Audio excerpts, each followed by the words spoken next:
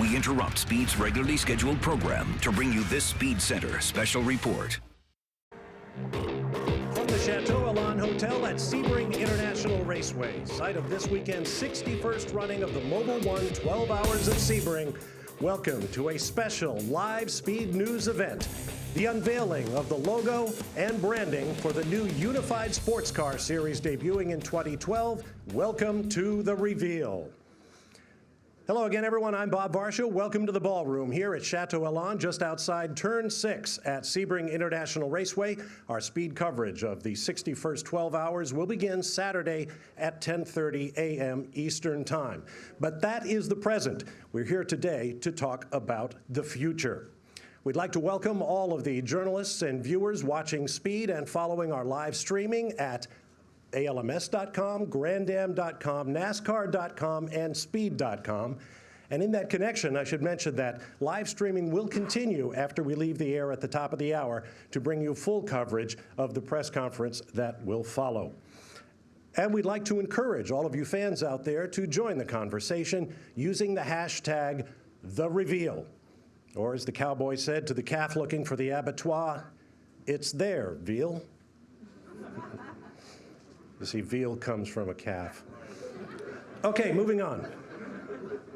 We have a number of very special guests I'd like to introduce at this time, beginning with the men who have made this all possible, and they're seated before me here on the front row. Would you please welcome the founder of the Grand American Road Racing Association, Mr. Jim France.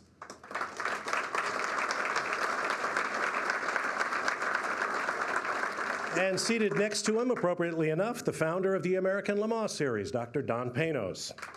Welcome. Across the aisle, would you please welcome the Vice Chair and Executive Vice President of NASCAR, Ms. Lisa France Kennedy. And with her, NASCAR Vice President Karen Lezau, who'll be joining us later on. And we'd also like to welcome NASCAR's CFO, Todd Wilson. Together with Scott Atherton of the ALMS and Ed Bennett of Grand Am, they will form the board of directors for the newly unified series going forward. Now, today is simply the latest in a long series of big announcements dealing with North American sports car racing. Of course, last fall, it became clear that Grand Am and the American Le Mans Series were going to merge. Then in January, the class structure beginning in 2014 was revealed and embellished upon during the American Le Mans Series winter test here at Sebring in early February. Now we will move on to the brand image of the series going forward. And I should mention that while ALMS and Grand Am are going about their separate racing schedules this year, as many of you know, the organizations behind the scene have come a long way down the road toward amalgamating their operations, which of course is fundamental going forward. It is simply a case of two great organizations, the ALMS and Grand Am, becoming one. A Goodyear blimps eye view of the Daytona International Raceway, now converted to a road racing course. Luminaries of the driving world, Dan Gurney, Bruce McLaren, the perennial champion, will be driven by Pedro Rodriguez and Mario Andretti. Heart beats away from the green flag now, and the opening of the racing season. In the 1950s and 60s, European-style road racing came to North America, showcased at now legendary facilities like Daytona and Sebring. Sebring 12-hour endurance race, where we've been witnessing one of the most exciting races in the history of the Speed Classic. Bill Seifert's Porsche 908 continues in first. And here we have Mark Donohue in car number 15. The memories are classic from those grand early days. In recent years, two premier organizations have embellished those legends while creating their own. Grand Am Road Racing, renowned for close competition throughout all its series. Green, green, green, green, green.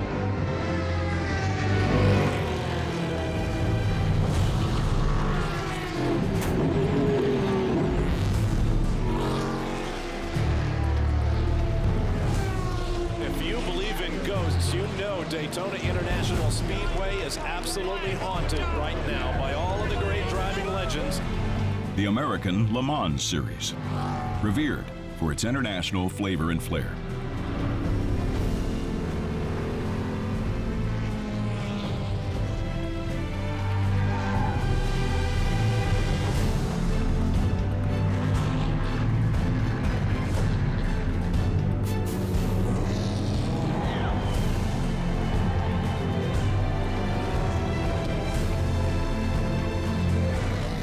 Two unique and exciting approaches, now working in harmony. All right, let's go racing. Sports car racing in North America. The future is now.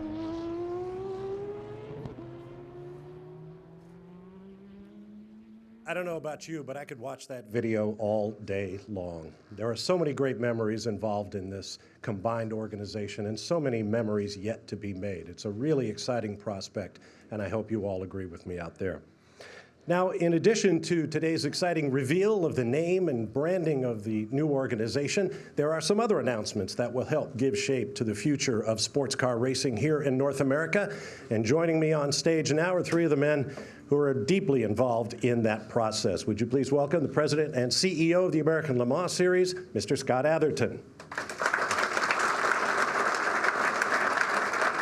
Next to him, President and CEO of Grand Am, Mr. Ed Bennett. And from SME Branding, the agency that spearheaded the new series branding process, senior partner, Mr. Ed O'Hara. Now, each of these gentlemen have some comments to share with us today, so why don't we begin with Scott Atherton. Thank you very much, Bob. You know, the branding of our new unified entities here has always been seen as an important function. I personally think there is nothing more important. And for us, we knew at the start that we had one chance to get this right. So to begin that process, we had to find the appropriate expert help to guide us through. SME Branding is certainly an example of just that, a world-class agency, and this is what they do. If you think about some of the clients that they have, NFL, NHL, New York Yankees, the Kentucky Derby, you get the idea. These guys are at the top of their game in the industry of naming and branding. Today, we are extremely pleased to be able to add our name to that elite list of clients. Now, we initiated this process by listening to everyone, and I mean everyone. Many of you in this room, no doubt, contacted, gave your opinion. We talked to team owners, corporate partners, drivers, and of course, the fans. This whole process has been about the fans. The Name the Future contest generated more than 7,500 entries. We comprehensively evaluated many names and logos and branding elements, but in the end, it came down to one brand, one image. Now, as part of this process, we also started to examine the entire brand ecosystem, not only of the series, that's a given, but in this case, we also looked at what we are doing and have been doing with our sanctioning body. And throughout that process, we found ourselves addressing, what would we do, what should we do with what I think most of us would refer to as a dear old friend. A brand, a logo, an iconic symbol that was saved from extinction by Don Panos. And of course, I'm talking about the International Motorsports Association, or what most people say as IMSA. Now, after a lot of feedback and careful consideration, a very important decision was made, and it was a unanimous decision. It came from every angle, from every part of our industry. And that decision was to solely position the IMSA organization as the one and only sanctioning body going forward. Now, we made this decision not only because of IMSA's 40-year history, but because of the legacy that this brand has, the tremendous equity that it has throughout our industry. This resonates with promoters, with teams, with sponsors, and for sure, it resonates with race fans around the world. But like many historical icons, it morphs over time. It doesn't stay exactly the way it began. And we took this opportunity not to simply reintroduce, but to also refresh. And it is my distinct honor today, on behalf of the many people that were involved in this process, to introduce you to the new IMSA logo.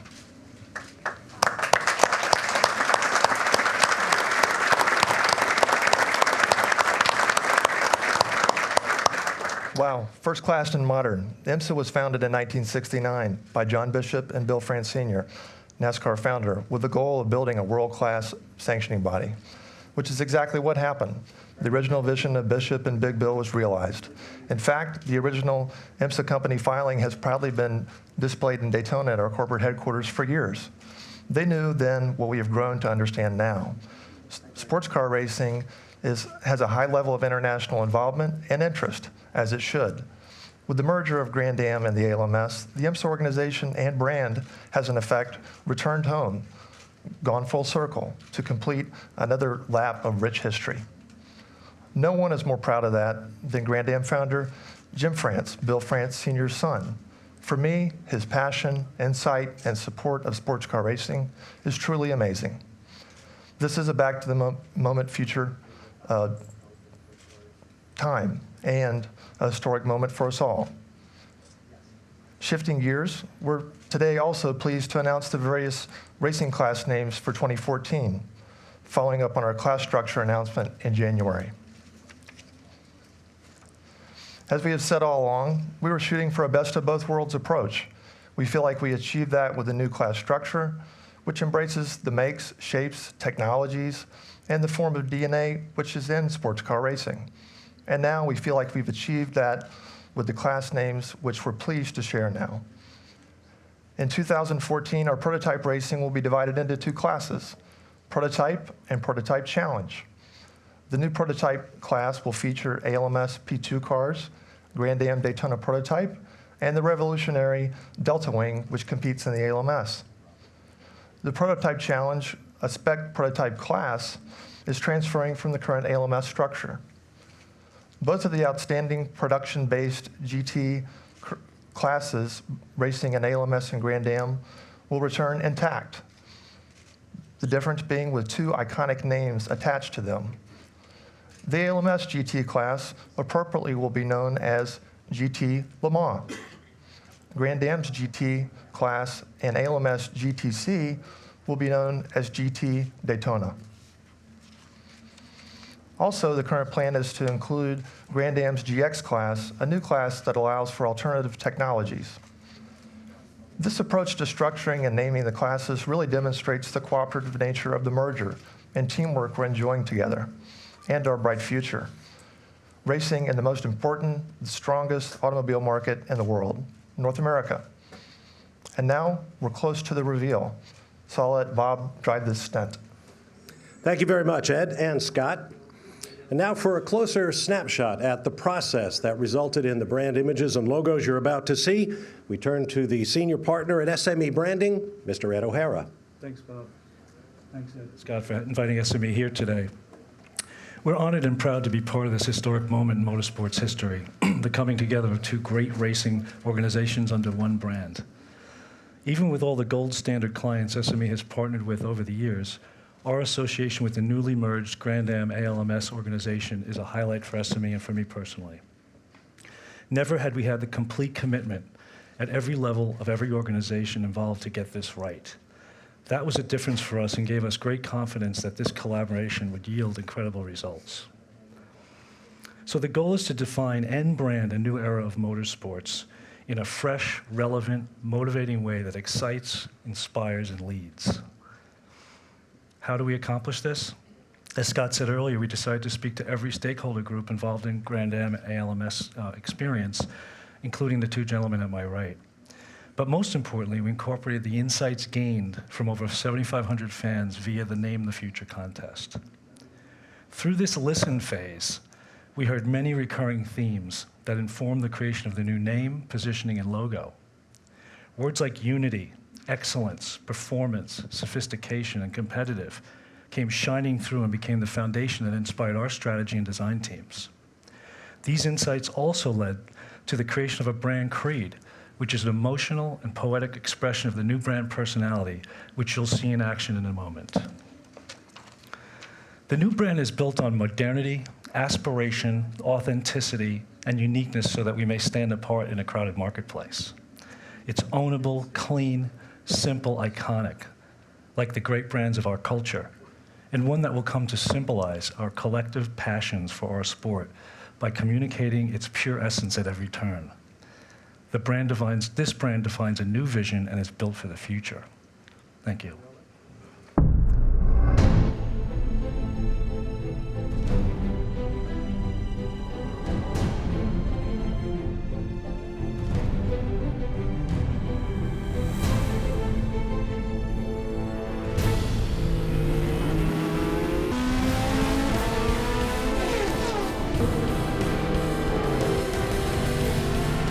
From a boy in a pedal car to a man at a red light.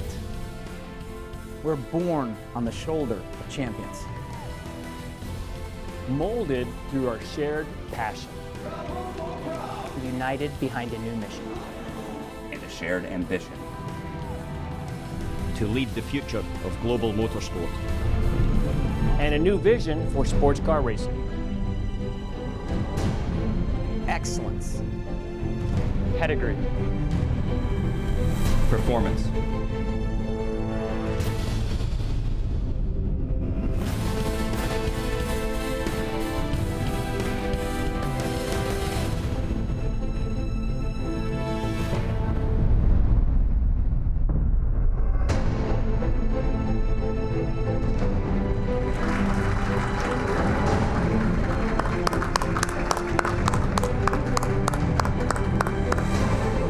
There you have it, ladies and gentlemen, the logo that will appear on motorsports news websites around the world within minutes, and it will grace billboards, race cars, and it portends a season of racing, a unified season of sports car racing that I can tell you on behalf of all of us at Speed, we are terribly excited about. You see what it looks like on the monitors? Now let's see what it looks like on a race car. So please join me in welcoming the two members of the board of directors guiding the new United Sports Car Racing Organization, CEO of the International Speedway Corporation, Lisa France Kennedy, and NASCAR Vice President Karen Lizau, for what is certain to become an iconic photo for United Sports Car Racing. Ladies? Photographers, you're welcome down front if you would like.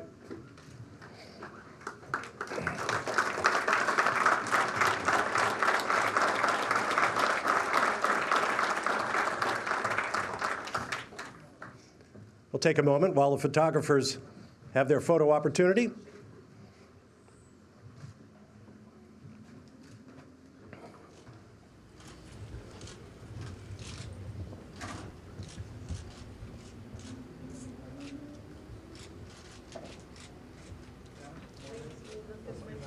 Don't they look great on a race car? Excuse me.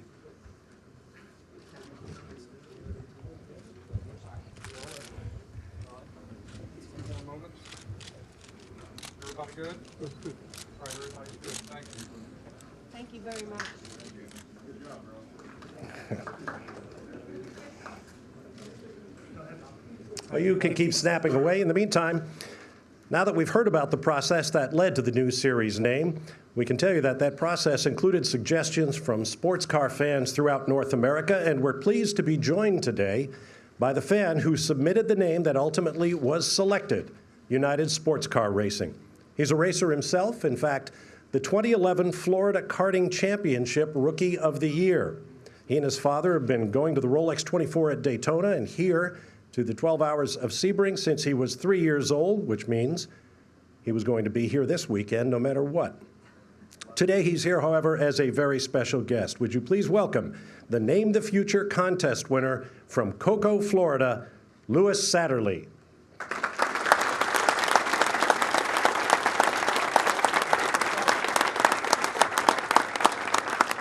Congratulations, Louis. Well done. Now I've been rejoined on stage, as you can see, by Ed Bennett, Scott Atherton, and Ed O'Hara. Perhaps we can get some thoughts from each of you gentlemen regarding today's reveal and the future of the United Sports Car Racing brand. Ed, we'll start with you. This is the latest in a series of newsmaking and even groundbreaking announcements for the new series. So obviously the process is moving along. Are we on track? That's right, Bob. We have a clear path, timeline, and milestones, and we're following it closely. Both have resulted from input from drivers, teams, tracks, manufacturers, tire partners, fuel partners, and also the ACO. Basically, global input. With the merger announced last September, the class structure in January, the Lamborghini news this morning, and now the United Sports Car brand and the IMSA update, considerable progress and momentum is going for us. Many steps remain, including the 2014 schedule planning, and that's another exciting topic for us. We all know Daytona and Sebring will be a part of that schedule and be showcased, but that's only part of the story. Thank you, Ed. You brought up the schedule. That was going to be my next question. I'm sure all of you gentlemen have been getting the same questions I have about the schedule for 2014. Yeah. A lot of races at a lot of racetracks. Scott, where are we on 2014 right now? Well, it's a challenge, to be honest. We currently, between the two series right now, it's 22 different events at 17 different racetracks.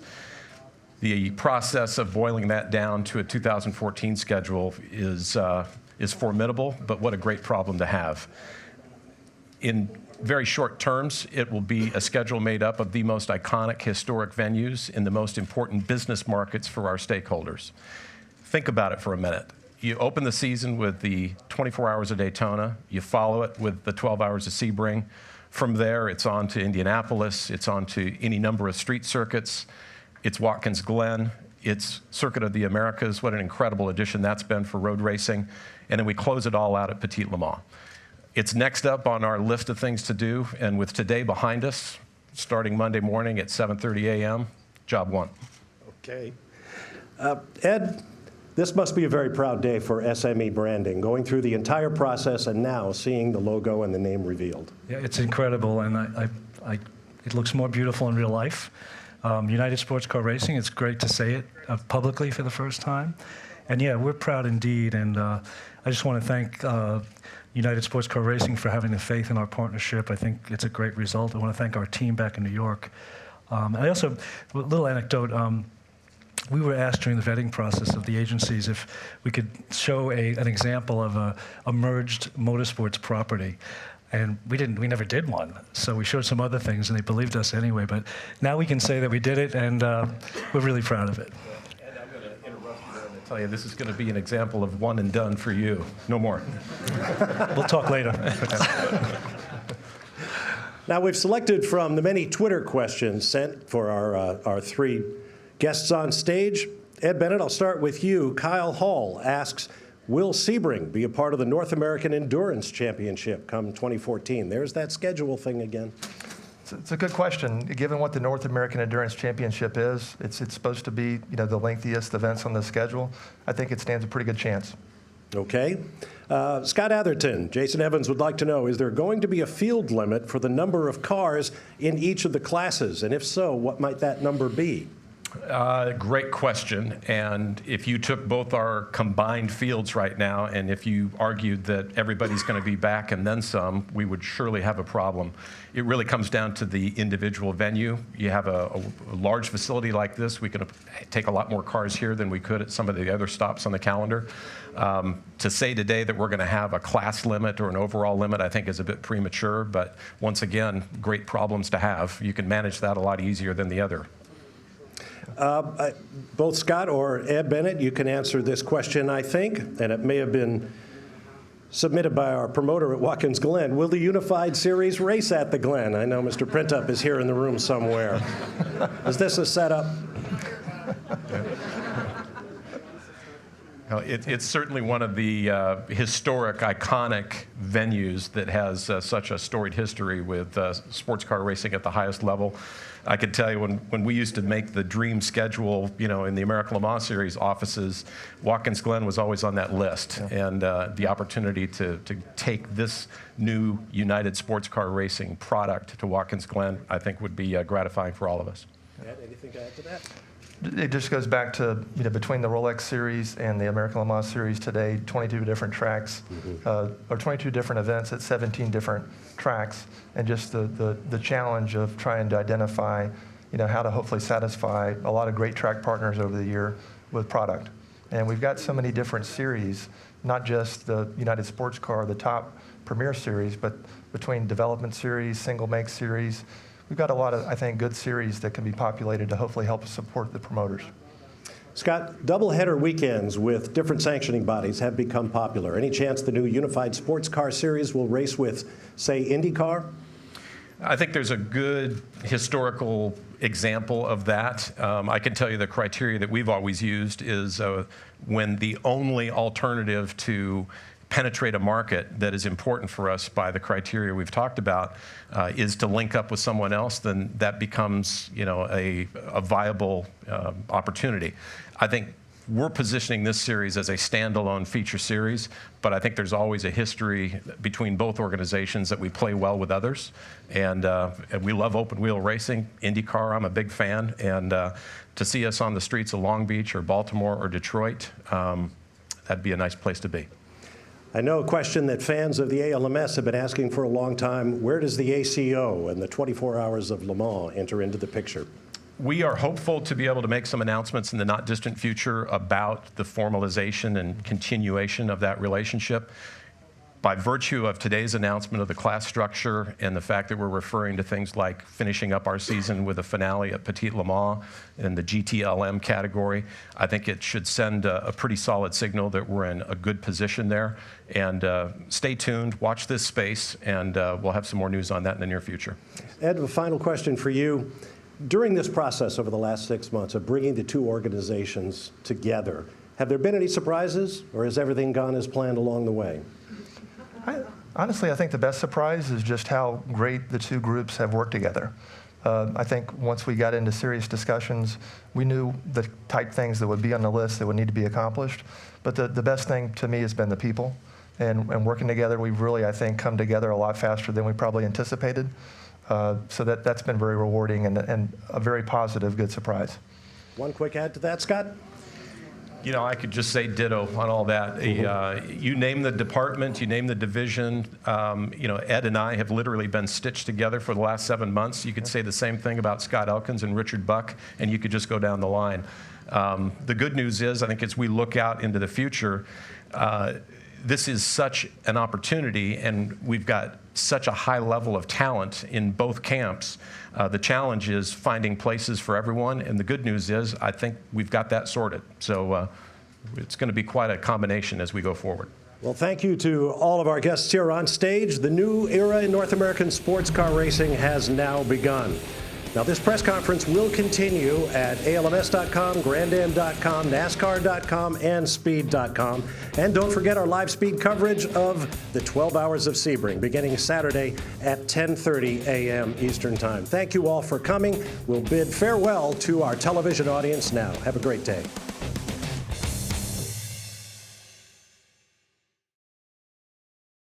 All right, we're clear from our national television audience, but we are still live streaming, and we'll take questions from the floor now. For that, I'll welcome Herb Branham back to the stage. Thank you all. Good job.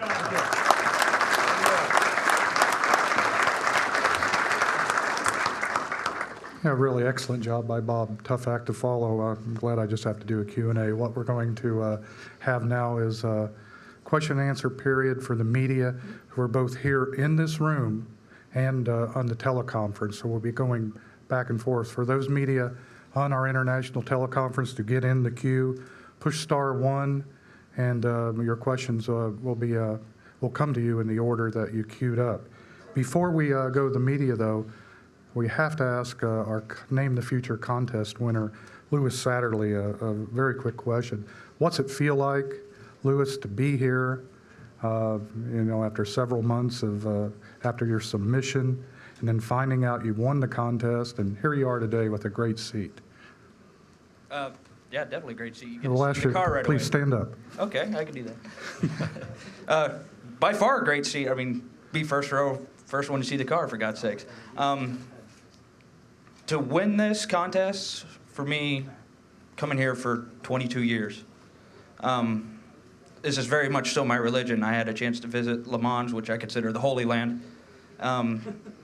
So in order for me to be a part of history, something I've grown up with my whole life, being around it in Florida, being just very close to the races and everything, words just cannot describe what this actually means to me, to be quite honest. I mean, in shock. I mean, I'm shaking in shock, to be honest. It's still unreal. I mean, the day I found out, I had a real bad day and everything, so I mean, it was still unreal. So. All right. Well, thank you. We can't tell you how glad we are to have you with us today. Maybe around the.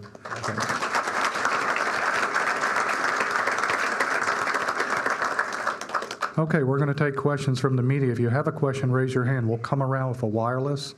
We'll take a couple from the floor, and then we'll try to swing to the teleconference. But please give us your name and affiliation prior to your question. I think we're going to start right back there. Go ahead, and then we're going to come up to Dennis. This is D.C. Williams, Daytona Beach News Journal. What do you see as manufacturer presence within this series? How do you see their participation? Well, I'll start and hand the baton to Ed Bennett. We've been very, very fortunate on the American Le Mans Series side to have be blessed with, I think, an unprecedented level of manufacturer involvement. And I see that continuing, and I actually see it expanding. Our GT category is truly a benchmark example of manufacturers competing with product that they sell. There's a level of relevance that's demonstrated by racing cars that not just have the appearance of a production vehicle, but actually have their DNA directly from that, and the transfer of technology from racetrack to road car. This platform going forward is going to be the benchmark. And if you're a student of the industry, you're going to see some interesting names and faces here this weekend that are not currently involved, but have been jolted by what has occurred here with this merger. And I've said the phrase before, and I'll say it again, we're going to go from strength to stronger.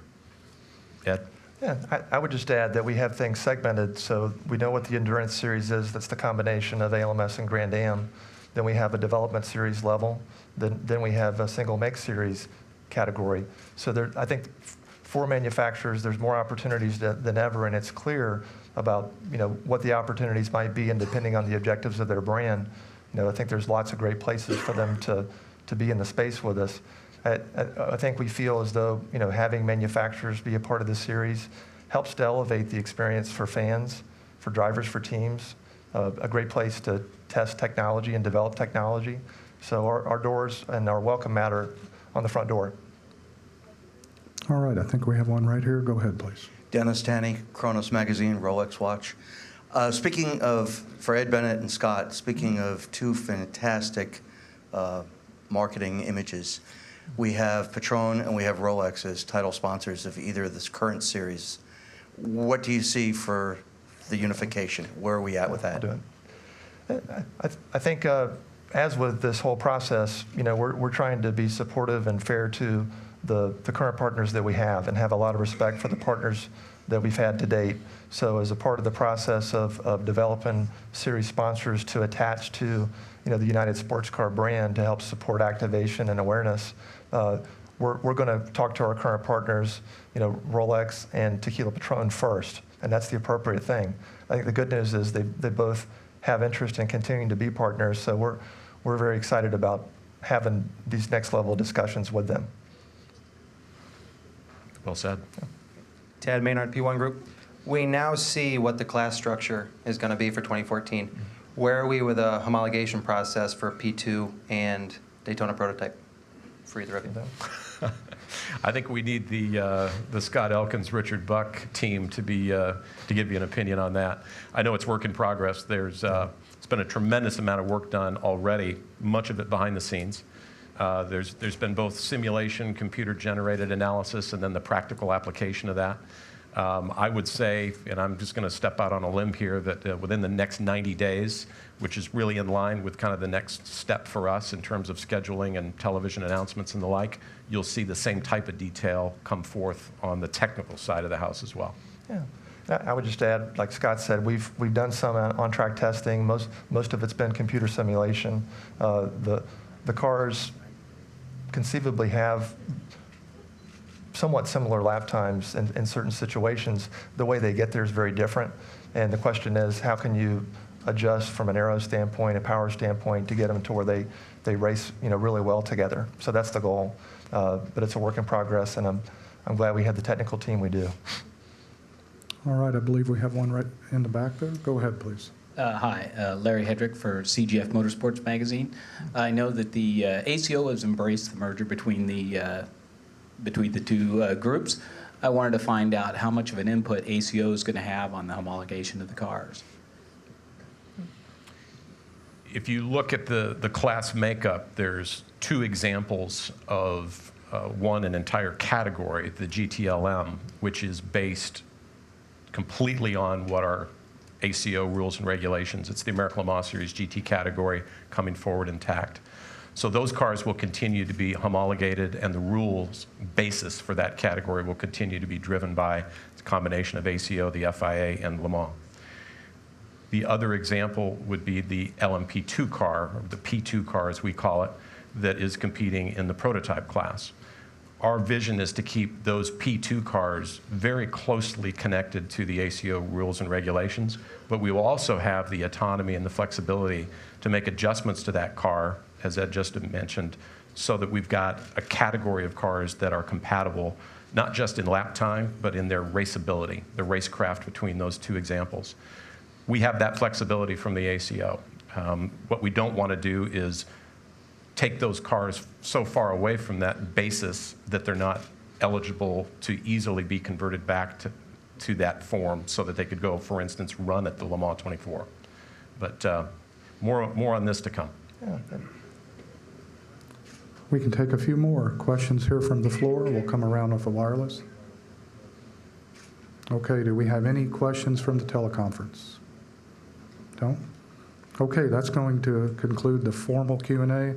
Our gentlemen will be available up here for some one-on-one interview opportunities. So thank you, everyone. Thank you.